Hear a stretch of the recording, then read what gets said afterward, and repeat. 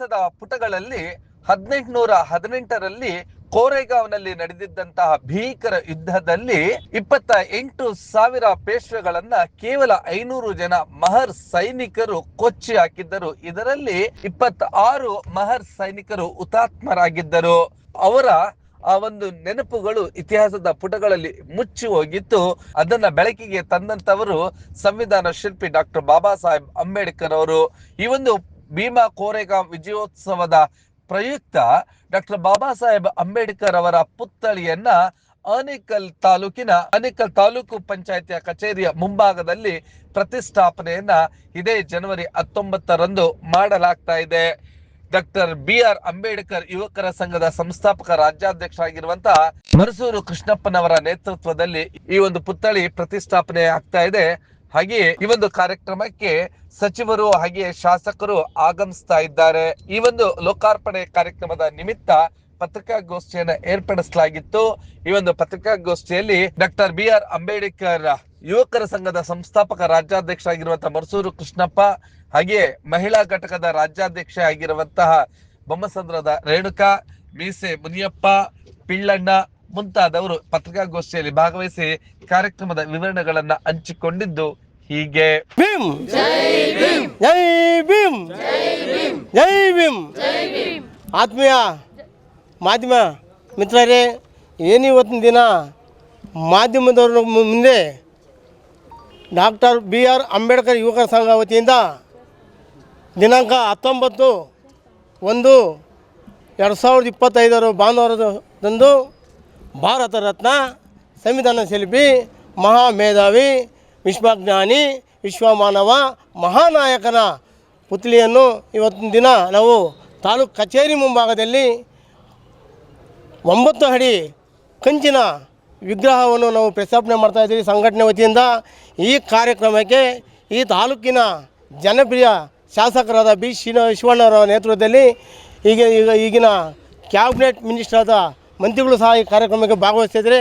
ಈ ಕಾರ್ಯಕ್ರಮಕ್ಕೆ ಬಂದು ಯಶಸ್ವಿ ಮಾಡಿಕೊಡ್ಬೇಕೆಂದು ಆನೇಕಲ್ ಡಾಕ್ಟರ್ BR ಅಂಬೇಡ್ಕರ್ ಸಂಘ ವತಿಯಿಂದ ನಾವು ಮನವಿ ಮಾಡ್ಕೊಂಡ್ವಿ.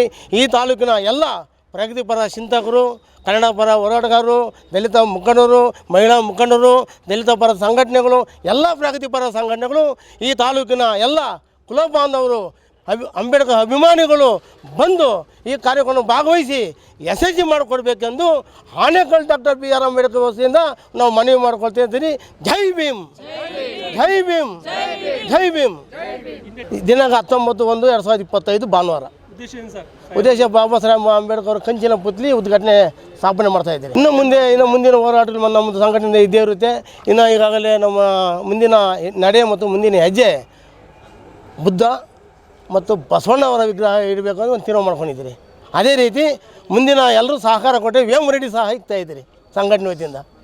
ಏನು ಅಂಬೇಡ್ಕರ ಯುವಕರ ಸಂಘದ ವತಿಯಿಂದ ಡಾಕ್ಟರ್ BR ಅಂಬೇಡ್ಕರ್ ಯುವಕರ ಸಂಘದ ಅಧ್ಯಕ್ಷರಾದಂಥ M. ಕೃಷ್ಣಪ್ಪನವರು, ಸಂಸ್ಥಾಪಕರಾದ M. ಕೃಷ್ಣಪ್ಪನವರ ನೇತೃತ್ವದಲ್ಲಿ ಏನು ಇದೇ ತಿಂಗಳು 19/1/2025 ಭಾಳಷ್ಟು ಅದ್ಧೂರಿಯಾಗಿ ಒಂದು 10,000 ಜನ ಸಮ್ಮುಖದಲ್ಲಿ ಏನು ಬಾಬಾ ಸಾಹೇಬ್ ಅಂಬೇಡ್ಕರ್ ಅವರ ಪುತ್ಥಳಿಯನ್ನು ಅನಾವರಣಗೊಳಿಸಲಿಕ್ಕೆ M. ಕೃಷ್ಣಪ್ಪನವರ ನೇತೃತ್ವದಲ್ಲಿ ಕಾರ್ಯಕ್ರಮ ಹಮ್ಮಿಕೊಳ್ತಾ ಇದ್ದೀವಿ.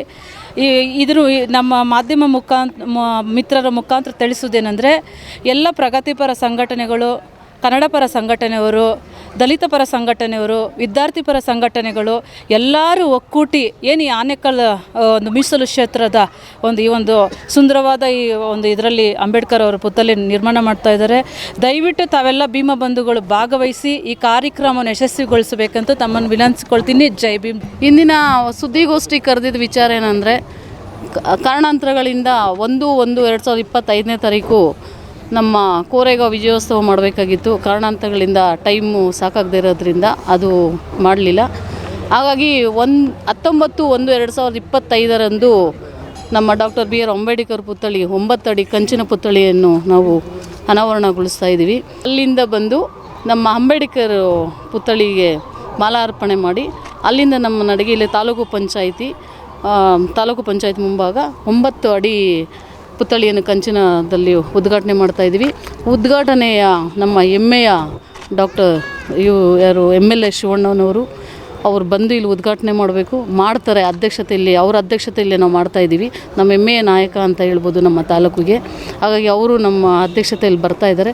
ಎಲ್ಲ ಪ್ರಗತಿಪರ ಚಿಂತಕರು, ಎಲ್ಲ ದಲಿತ ಪರ ಮುಖಂಡರುಗಳು, ಎಲ್ಲ ಕನ್ನಡ ಪರ ಸಂಘಟನೆಗಳು ಹಾಗೂ ಹೆಚ್ಚಿನ ರೀತಿ ಮಹಿಳೆಯರು ಸೇರಿ ಈ ಉದ್ಘಾಟನೆಯನ್ನು ಅತಿ ಹೆಚ್ಚಿನವಾಗಿ ಯಶಸ್ವಿ ಮಾಡಿಕೊಡ್ಬೇಕಂತ ಈ ನಮ್ಮ ಮಾಧ್ಯಮ ಮಿತ್ರರಲ್ಲಿ ಕೇಳ್ಕೊಳ್ತಾ ಇದ್ದೀನಿ.